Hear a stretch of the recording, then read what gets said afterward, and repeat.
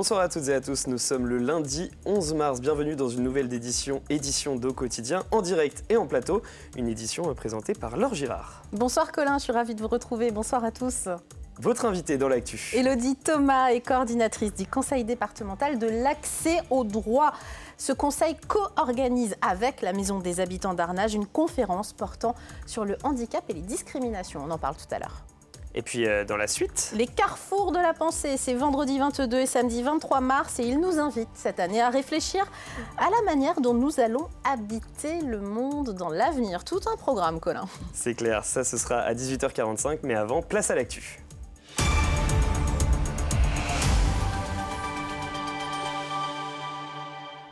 Au sommaire de cette édition, une nouvelle manifestation de soignants. Encore une fois, le personnel de l'établissement psychiatrique d'Allonne tire la sonnette d'alarme pour sauver ce qui reste à sauver de l'hôpital qui ne cesse de perdre des professionnels en grande souffrance. Les enfants des écoles et des clubs du Mans retrouvent enfin la piscine Pierre de Coubertin après plusieurs mois de travaux. Et puis direction Sillé-le-Guillaume où un passionné s'est penché sur les archives du club de foot. Vous le verrez. En psychiatrie, des soignants à bout et en grève depuis le mois de novembre. Oui, les agents de l'établissement public de santé mentale d'Allonne se mobilisent une fois encore ce lundi pour améliorer leurs conditions de travail, mais surtout demander une meilleure prise en charge des patients. Infirmiers, cadres de santé, psychologues, ils dénoncent une maltraitance institutionnelle liée à l'organisation du travail et au manque de personnel médical. Anthony Piton était sur le piquet de grève. La situation est critique dans la santé. C'est encore pire en psychiatrie. Comme un symbole, le Titanic s'affiche à l'entrée de l'EPSM d'Allonne. Nous, on est clairement en train de couler. Petit à petit, on ferme des lits, on ferme des lits. Petit à petit, les gens s'en vont. Petit à petit, on est en train de disparaître. 180 lits ont fermé en 8 ans à l'EPSM et 29 postes de psychiatres manquent à l'appel. Les soignants dénoncent une maltraitance institutionnelle. C'est de la maltraitance parce qu'en fait, on laisse une partie de la population en souffrance et quand elle arrive en hospitalisation ou qu'elle a besoin d'être hospitalisée, elle va déjà très très mal et les conditions d'hospitalisation sont complètement délétères aussi pour leur santé en fait. C'est dormir par terre sur une couverture, c'est dormir dans un fauteuil pendant jusqu'à une quinzaine de jours avant d'avoir enfin une place à l'EPSM. C'est absolument indigne de notre société. Des conditions qui compliquent le processus de recrutement et qui poussent le personnel vers la sortie. En 2023, 127 départs ont été actés à l'EPSM, sans compter les départs à la retraite. Quand on rentre chez soi le soir, on se dit qu'on a mal fait son travail, qu'on a mal fait son travail et qu'on n'a pas de moyen de le faire différemment. On se demande jusqu'à quel point on est, je ne veux pas dire complice, c'est peut-être un terme un peu fort, mais c'est pas pour ça qu'on a choisi ce métier en fait. Voilà. D'après FO et la CGT, les négociations avec la direction sont au point mort. Les syndicats espèrent maintenant des annonces fortes pour colmater les brèches. Un drame est survenu au Mans ce week-end. Samedi 9 mars, une fillette de 6 ans a été retrouvée morte dans le hall d'un immeuble cours Chateaubriand au Mans. Une enquête est ouverte, mais la procureure de la République indique qu'il n'existe à ce stade aucune dimension criminelle à ce drame. Une image solennelle maintenant dans ce journal. En ce jour national d'hommage aux victimes du terrorisme, le préfet, élus, parlementaires et responsables militaires ont participé à une cérémonie officielle devant le monument de la Résistance place Aristide Briand, vous les voyez. L'objectif est de perpétuer le devoir de mémoire de tous ceux qui ont succombé face aux terroristes ces dernières années. La cérémonie s'est déroulée sous les yeux de membres de familles sartoises endeuillés par des actes terroristes. La piscine Pierre de Coubertin a rouvert ses portes ce lundi. Après plusieurs mois de travaux pour un peu plus de 4 millions d'euros, financés pour moitié par le Mans Métropole, la piscine est à nouveau accessible avec des nouveautés, notamment un 4e vestiaire pour fluidifier l'accueil des groupes et puis la modification du traitement de l'eau par un système à électrolyse afin de réduire la présence de chlore dans les bassins. Des travaux qui vont également réduire la consommation énergétique du bâtiment. Fermé au grand public, le bassin accueille entre 300 et 400 personnes par jour. jours entre les écoles et les associations. Vous y avez peut-être appris à nager, vous, les Manceaux. Il était donc important de rouvrir le plus vite possible la piscine. Écoutez Stéphane Mistouflé, directeur des établissements aquatiques de la ville du Mans. C'est fermé depuis septembre pour nous, donc ça fait de septembre à mars où des écoliers n'ont pas pu apprendre à nager et ça veut dire que ça fait environ 80 classes qui n'ont pas pu accéder à la piscine. Donc c'est vraiment un grand plaisir, une grande fierté de pouvoir les faire revenir à la piscine. On a un objectif d'apprendre à nager à tous les enfants de la ville du Mans. Donc le plus tôt on ouvrait, plus tôt on pouvait proposer des cours. Donc c'est un sentiment de joie en tout cas aujourd'hui. Allez, on passe à notre invitée Elodie Thomas, coordinatrice du Conseil départemental de l'accès au droit, qui co-organise avec la Maison des habitants d'Arnage une conférence portant sur le handicap et les discriminations. Merci d'être avec nous sur ce plateau, Elodie Thomas. Alors, vous l'avez dit, Colin, ça se passe mardi 12 mars à la Maison des habitants d'Arnage, de 18h30 à 20h30. Après, il y a un petit pot sympathique pour que les gens discutent entre eux. Quel est l'objectif concrètement de cette soirée-conférence ? L'objectif, c'est de vous permettre d'échanger sur les thématiques liées à l'handicap, à l'accès au droit, et de vous permettre aussi de connaître les différents recours possibles. Vous pourrez aussi échanger soit pendant la conférence, soit après, pendant le temps convivial, avec les différents partenaires qui sont présents. Qui va parler lors de cette conférence? Des spécialistes du droit, du handicap Il y a les deux. Un peu de tout. Il va avoir Maître Verdier, qui est avocate au barreau du Mans, qui est membre du Conseil de l'Ordre et qui est référente sur les thématiques du harcèlement et de la discrimination. Il va y avoir aussi Madame Richard Paré, qui est chef de pôle régional au niveau du délégué aux défenseurs des droits. Il y a aussi Monsieur Morin, qui est président de l'APAGE, et Madame Valienne, qui est présidente de l'ADAPI. Alors, ce qu'on comprend bien, c'est que le Conseil départemental de l'accès au droit est vraiment là, dans le cadre de cette soirée, pour mettre le droit à portée de tous, faire de la pédagogie au grand public. C'est un peu l'idée que nul n'est censé ignorer le droit, mais c'est quand même difficile de s'y retrouver dans tout ça.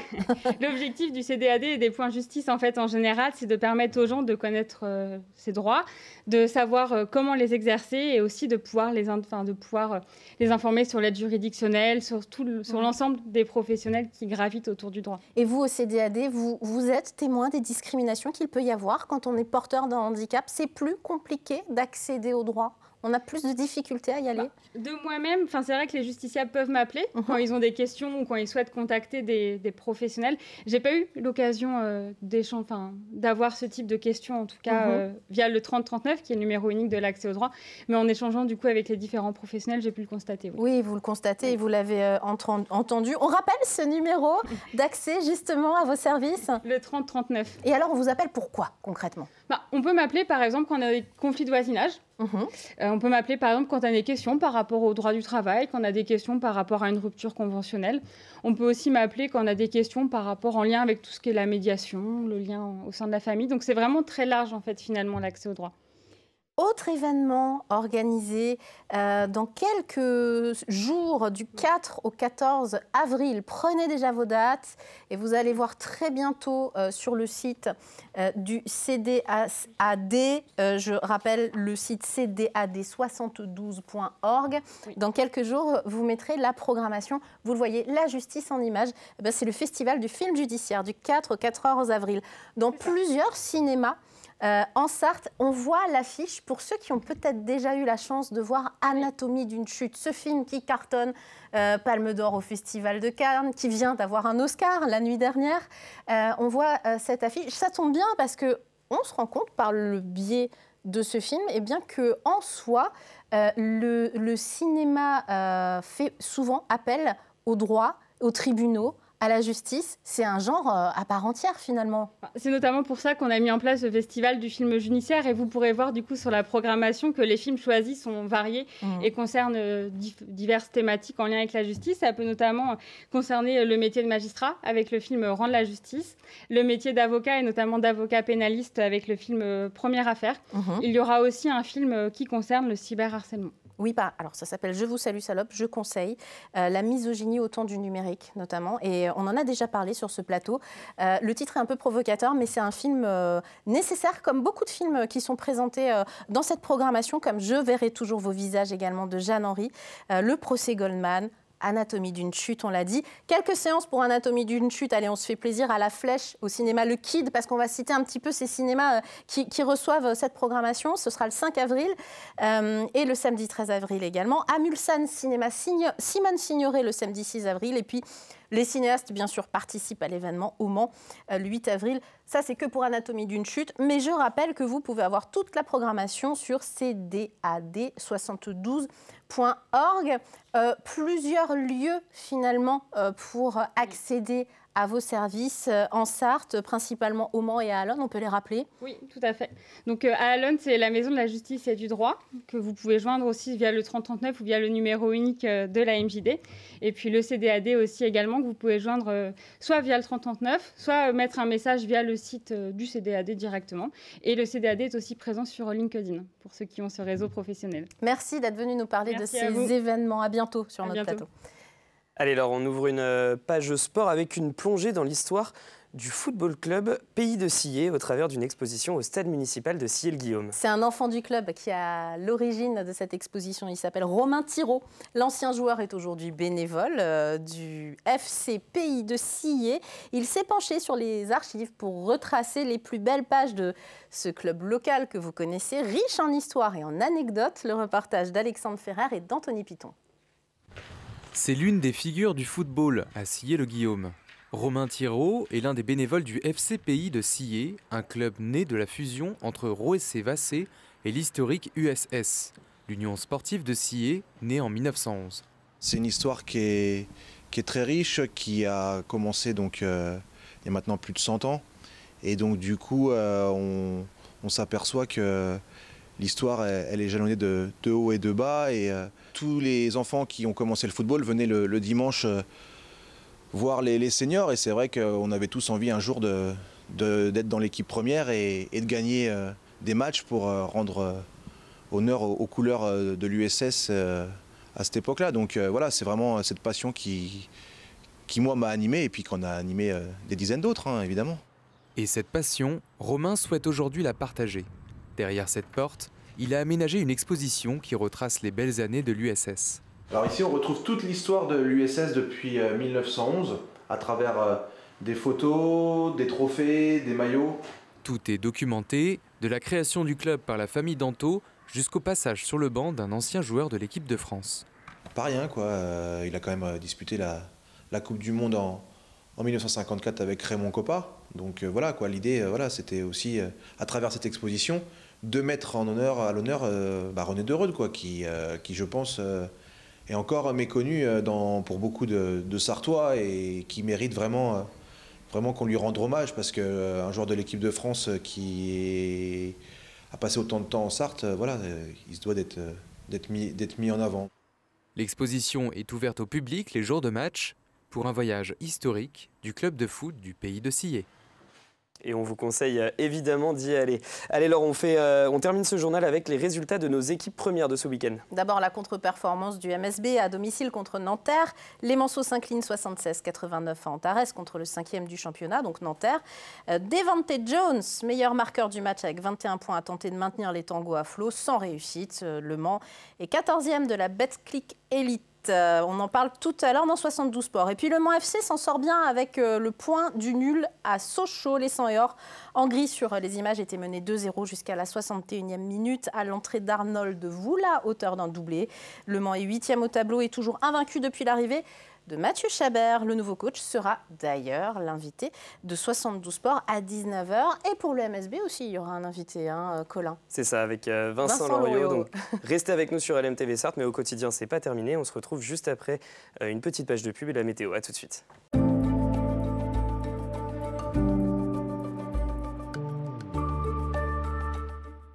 Bonsoir messieurs, dames, ravi de vous retrouver pour ce nouveau bulletin météo. Denis Delcourt pour vous accompagner comme tous les jours. Et j'espère que la reprise du travail et de l'école se sont bien déroulées de votre côté. En tout cas, nous, on continue de vous accompagner.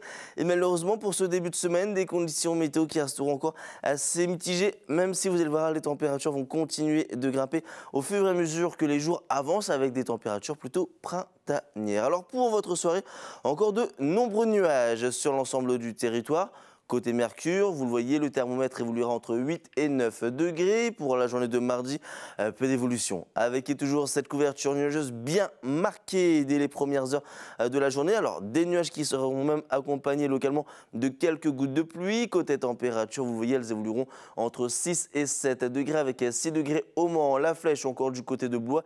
Idem pour Vendôme ainsi que pour Angers. 7 degrés à Tours, pour Mamers ou encore du côté d'Alençon. Pour la suite de votre journée, peu de changements avec et toujours ces nombreux nuages, des nuages qui resteront malheureusement encore une fois accompagnés de quelques gouttes de pluie et les températures entre 13 et 14 degrés. Ça restera toujours bien homogène et on repassera même au-dessus des normales de saison avec 13 degrés pour Alençon, pour Mamers et encore pour Laval, 14 degrés au Mans, pour Vendôme, pour Blois ou encore du côté d'Angers. Pour la journée de mercredi, vous voyez, ce sera sensiblement le même programme météo avec et toujours cette grêle.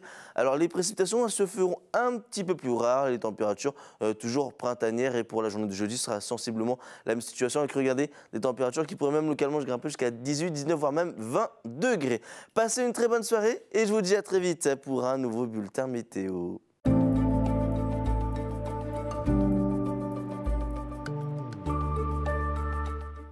Bienvenue sur LMTV si vous nous rejoignez et bienvenue dans la suite d'Au Quotidien. Avant de rejoindre nos invités, on va faire un point sur la qualité de l'air. Eh bien, ce lundi et mardi, le retour d'un vent d'ouest avec des éclaircies favorise une bonne dispersion des polluants. Les concentrations en ozone sont à l'origine d'un indice moyen sur l'ensemble de la région des Pays de la Loire. Voilà, alors je vous rejoins avec nos invités. Merci Colin. Je rêve d'un jour où on parlera plus d'ozone et de résidus d'ozone dans l'air en Sarthe et dans les Pays de la Loire. Ça arrivera, vous verrez, ça arrivera. C'est un peu l'enjeu de ces carrefours de la pensée, 34e édition, ça se passe au Palais des Congrès et de la Culture du Mans, c'est gratuit, vous le savez. C'est le vendredi 22, samedi 23 mars, avec nous sur ce plateau Mélanie Lebrun et Jean-Philippe Melchior, membre actif du bureau et président de l'association des carrefours de la pensée. Vous organisez cette nouvelle édition. On se pose une question, demain, comment habiter le monde? Et tout de suite, quand on pose cette question, on pense justement aux enjeux climatiques et à ce qui va advenir de notre planète. C'était un petit peu l'idée sous-jacente? Oui, c'est un peu l'idée, mais ça recouvre d'autres problématiques également, notamment les questions internationales, géopolitiques. On est dans une période où les conflits, malheureusement, se sont multipliés et à notre porte. Et donc, il y aura une séquence qui sera consacrée à cette question, comment envisager un monde plus pacifié, où les conflits reculent, alors qu'on a l'impression qu'au contraire, ils augmentent en nombre et en intensité. Justement, oui, vous parlez de ces conflits, donc on a parlé également des problèmes climatiques. Comment est-ce qu'on fait pour penser l'avenir, justement ?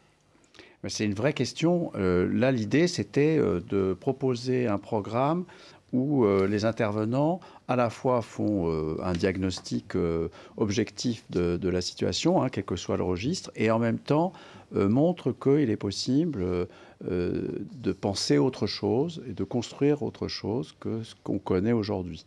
Donc par rapport à la thématique de 2020 qui s'intitulait « Effondrement », point d'interrogation, là on a un petit peu en quelque sorte décalé notre regard pour dire bon, voilà, la situation est grave, elle est inquiétante, mais si on se retrousse les manches, si on réfléchit ensemble, on peut envisager de sortir de l'ornière. Mélanie Lebrun, c'est des sujets qui font débat aussi au cœur de l'équipe des Carrefours de la Pensée avant même d'organiser ce type d'événement? Pour le coup, celui-ci, je crois qu'il n'a pas fait longtemps débat. Il a été voté, parce que c'est quand même une association très démocratique et collégiale. On travaille ensemble, c'est ça qui est intéressant. C'est des carrefours, certes, dans les sujets qu'on traite, dans la manière dont ils sont traités, mais aussi au sein de l'association. D'ailleurs, nous cherchons de nouveaux membres, donc n'hésitez pas à nous rejoindre, voilà, parce que c'est vraiment intéressant, c'est une bonne ambiance. Et non, c'est un sujet qui a fait l'unanimité, qui a été voté premier tour, 100% des voix, parce que je pense qu'on a tous à cœur aujourd'hui d'avoir de l'espoir, déjà, de voir qu'il y a des gens qui travaillent sur des sujets avec des disciplines différentes, des approches différentes, des approches scientifiques différentes. Et c'est ça aussi qui peut être intéressant et qui peut nous donner une bouffée d'air de bonne qualité. Comme chaque année, la programmation, alors évidemment, ce sont des conférences, des débats, il y a aussi des projections. Je voulais qu'on s'arrête une seconde sur le documentaire Mission Régénération. Alors je me suis arrêtée sur ce documentaire-là parce qu'il traduit bien ce que vous allez diffuser donc, le samedi 23 mars à 13h30. Il illustre bien la volonté que vous avez d'apporter des solutions, d'avoir une réflexion sur les solutions. Parce que c'est un documentaire que j'ai pu visionner il y a quelques mois déjà, qui est très positif finalement, qui dit, si on se retrouve un peu les manches, le vivant est là, et tant qu'il y a de la vie, il y a de l'espoir. C'est un petit peu ça. Et c'est important pour vous, je crois, dans cette édition. En tout cas, ça se ressent dans votre programmation. Oui, absolument. L'idée, c'est qu'on puisse s'appuyer aussi sur les expérimentations sociales et environnementales en cours, pour montrer que les populations, elles sont déjà en action. Même aux États-Unis, parce que c'est un documentaire américain. Oui, on est très très loin du cliché de l'américain pollueur. Quoi. Absolument. Et on voit bien, quand on regarde même, on va dire, des émissions grand public, il y a plein de petits reportages sur ce que font les gens en termes d'expérience, sur le plan agricole, sur le plan de l'habitat, sur le plan du recyclage des objets. Ça se multiplie comme si, effectivement, la société dans son ensemble, en France ou dans d'autres pays, a tellement pris conscience qu'il fallait que ça bouge, que ça y est, on est déjà dans l'action. Enfin, on n'est pas simplement à subir en se disant qu'il n'y a plus rien à faire. Dans l'innovation, c'est ça aussi. Absolument. Et face à une contrainte, finalement, on sait tous, l'histoire l'a prouvé, c'est face à la contrainte aussi, on commence à peut-être faire fonctionner plus. Et les carrefours de la pensée, c'est ça, c'est proposer une réflexion collective pour aboutir à de l'action collective. Oui, exactement, une action collective, aussi une action individuelle, c'est-à-dire comment on peut se réapproprier ce qu'on va entendre et voir. Et c'est vrai que vous faisiez remarquer qu'on diffuse maintenant depuis 2 ans des documentaires. C'est aussi une manière finalement de s'adresser à tous. Parfois, on est quand même dans une société beaucoup de l'image, donc s'asseoir pendant 2 jours, écouter des gens. Donc c'est là où c'est varié. On a également aussi un partenariat avec le centre, le CAUE, qui propose une exposition à la bibliothèque universitaire. Centre d'architecture, voilà, d'urbanisme et d'environnement, voilà. Et on a aussi, le samedi après-midi, ça c'est nouveau, une fresque du climat junior, donc, qui va être dispensée par Julie Bois. Et ça, c'est, au-delà du fait que les parents peuvent du coup venir assister tranquillement dans la salle. Et on vous en remercie. Et hop, mettre. Et c'est aussi libre et gratuit, c'est un atelier. Et alors, il faut réserver il y a le numéro de téléphone sur les flyers. Et ça, c'est aussi comment on veut toucher les jeunes, les adolescents, sur mieux comprendre qu'est-ce que le dérèglement climatique, parce que c'est quelque chose qu'on entend souvent, et aussi comment le synthétiser. Les Carrefours de la Pensée, 34e édition. Demain, comment habiter le monde? C'est une question passionnante. carrefourdelaPensée.fr pour avoir la programmation. Tout est détaillé. Vous avez les horaires. C'est les 22 et 23 mars. Merci d'être venu nous en parler. Merci. On joue. Merci beaucoup. On joue. Oui, alors on joue et ce lundi, tentez de gagner 2 places pour un spectacle de musical déjanté. Ça s'appelle Bienvenue à Troulane, au Théâtre du Pâtis, 38 rue d'Echtal au Mans. Et pour gagner, il suffit de répondre à la question. Regardez. Aujourd'hui, gagnez 2 places pour le spectacle Bienvenue à Troulane, au Mans, en répondant à la question suivante. Quel est le nom du cabaret du Mans où se joue Bienvenue à Troulane? Envoyez votre réponse par mail à jeu@lmtv.fr. Bonne chance à tous.